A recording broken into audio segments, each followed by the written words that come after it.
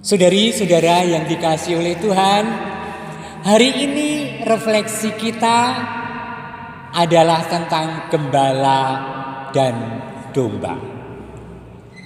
Aku adalah anak gembala, gitu kan kalau anak-anak nyanyi, ya kan? Yang di rumah anak-anak, ayo kita nyanyi yuk. Aku adalah anak gembala, selalu riang serta gembira. Oh, yuk baleni yuk. Langsung ya.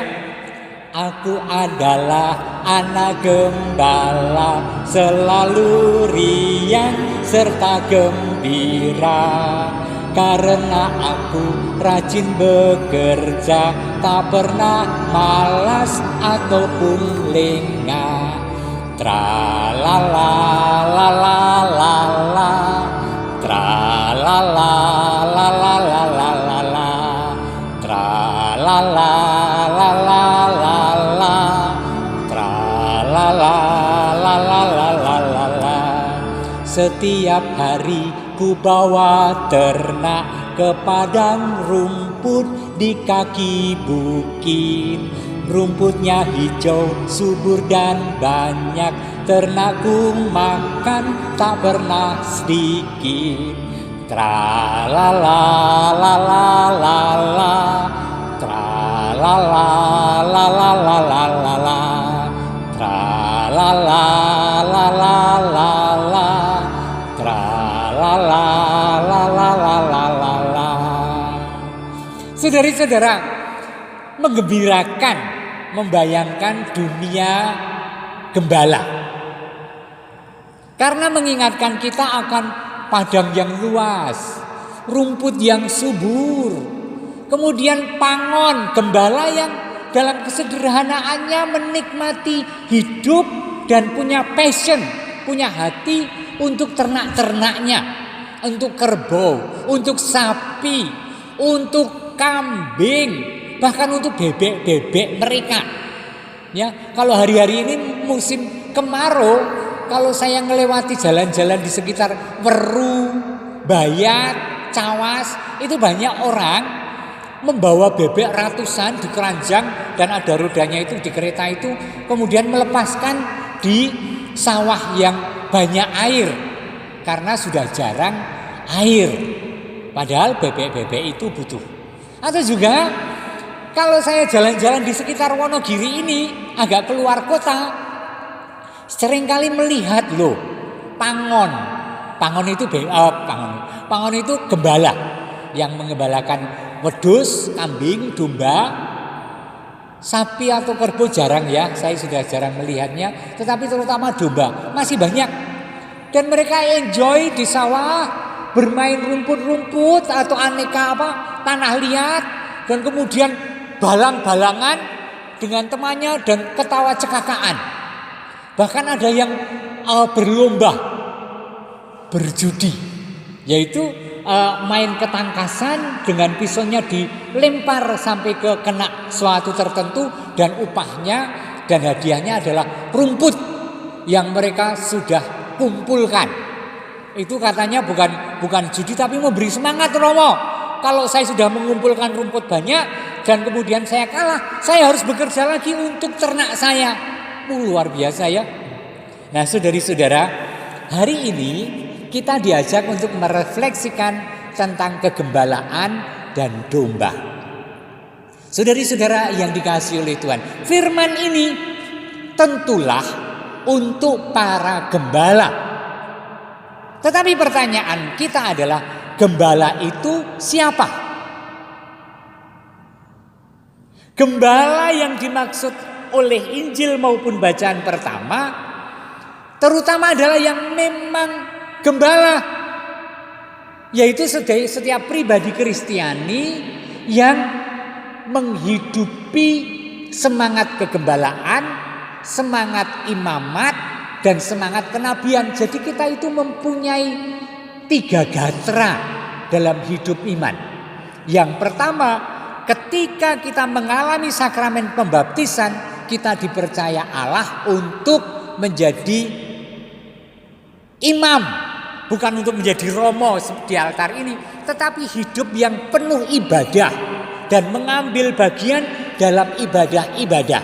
Itu imamat yang dihidupi oleh setiap pribadi Kristiani. Yang kedua adalah dipanggil menjadi nabi. Tadi panggilan menjadi imam, yang kedua panggilan menjadi nabi. Nabi itu ngapain? Nabi itu mewartakan, nabi itu menceritakan, nabi itu memberi kesaksian hidup. Dan Anda dipanggil untuk itu dan terus-menerus melakukannya dimanapun. Kalau Anda tim Komsos rajin, pagi-pagi datang 1 jam sebelumnya, Anda sebenarnya menghidupi kesaksian sebagai nabi. Dan saya melihatnya ketika saya sedang di kebun, ya ampun wis tekoi, harap siap-siap. Anda sedang memberi kesaksian bahwa aku diberi kepercayaan oleh Tuhan dan aku melakukannya dengan baik.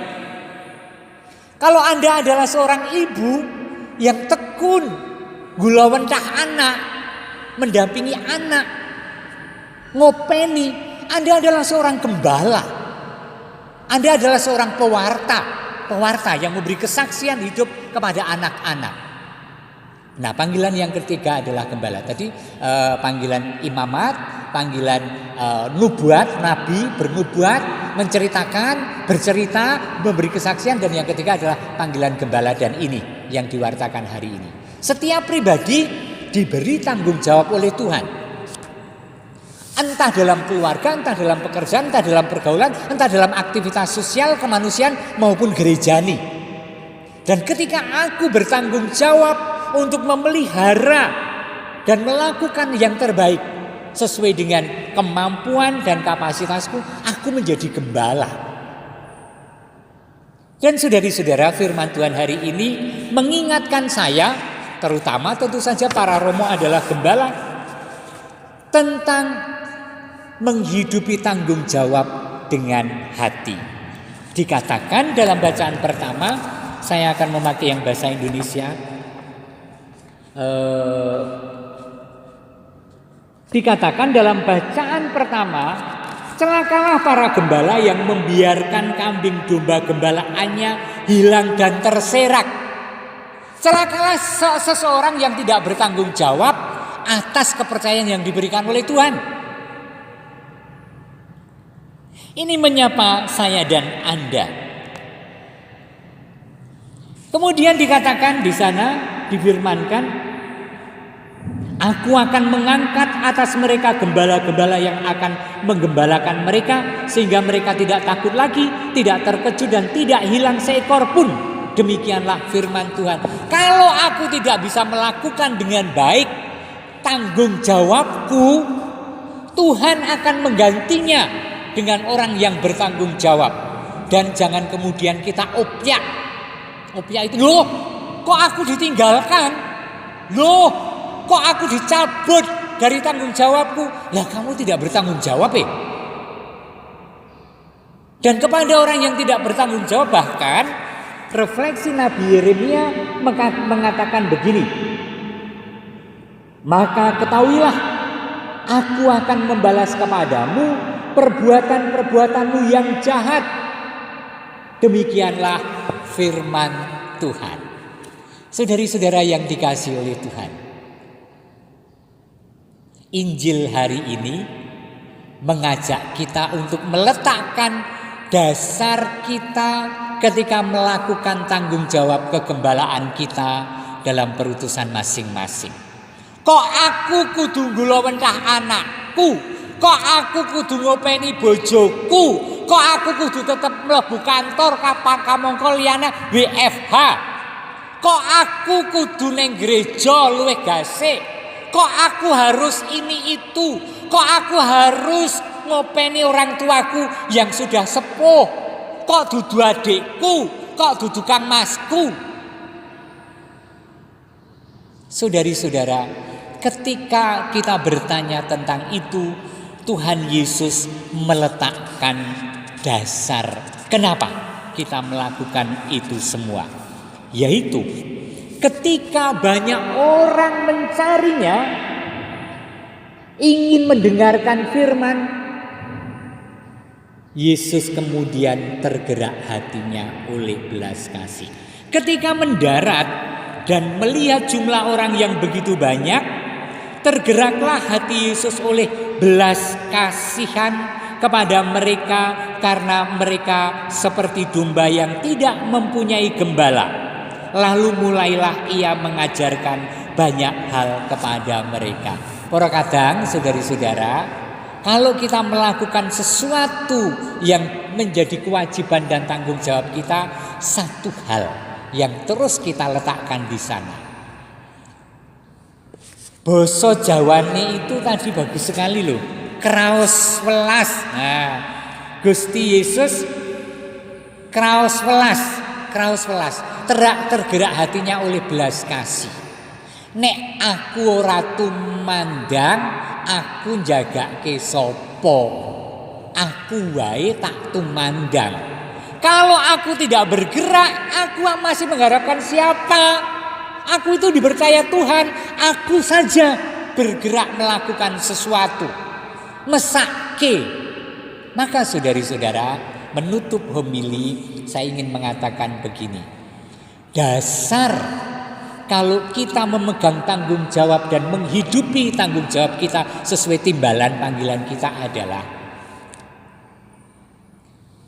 punya hati. Punya hati pada apa yang menjadi tanggung jawab kita. Lho nek ora duwe ati Rama, duwe diurip-urip, dibangkitkan supaya hatinya tetap berkobar. Hati apa? Hati sing mesakake marang wong liya, belas kasih pada orang lain. Maka penderek dalam Gusti entah dimanapun, kayaknya sewajarnya lumrah kalau dimanapun itu mudah tergerak welas asih marang pepodo. Lan kemudian tumandang dan kemudian melakukan sesuatu karena belas kasih itu. Saudari-saudara yang dikasihi oleh Tuhan, ayo itu kita wujudkan dalam bentuk yang nyata. Seringkali wujudnya pada masa pandemi ini kontra dengan hal-hal yang wajar. Aku tak rasa mengunjungi mergo nadyan aku tidak usah mengunjungi walaupun aku tahu dia sedang sakit dan butuh kehadiranku untuk menghibur. Tetapi demi dia, karena aku welas asih marang wong kuwi, karena aku berbelas kasih, aku tergerak hatiku oleh belas kasihnya, aku justru tidak mengunjungi, tetapi aku memakai media sosial untuk menelponnya dan mendoakannya. Ini sangat mungkin sekarang ini dalam keadaan yang serba terbatas ini. Aku ki wis kangen karo bapak ibu sing ning luar kota. Tak mulih poyo wong atiku ki yo atine ibu.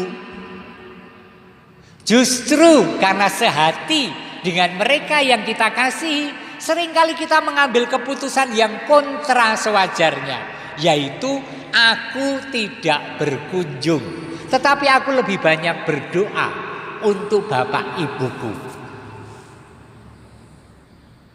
Aku mengambil jarak dengan orang lain bukan karena aku takut. Bolehlah aku takut, tetapi dari sisi lain aku takut kalau ternyata aku OTG. Dan kemudian secara tidak sengaja aku menulari saudaraku itu. Kasihan banget. Aku tidak rela. Maka saudari-saudara, yang namanya tergerak hati oleh belas kasih yang menjadi ciri khas hati seorang gembala, sungguh-sungguh sekarang ini prakteknya harus dipikirkan semua demi kebaikan orang lain dan sesama kita. Maka jangan pernah lelah untuk terus menjaga prokes, untuk menghargai dan untuk mewujudkan pemulihan pandemi, dan itu adalah tanggung jawab kita bersama.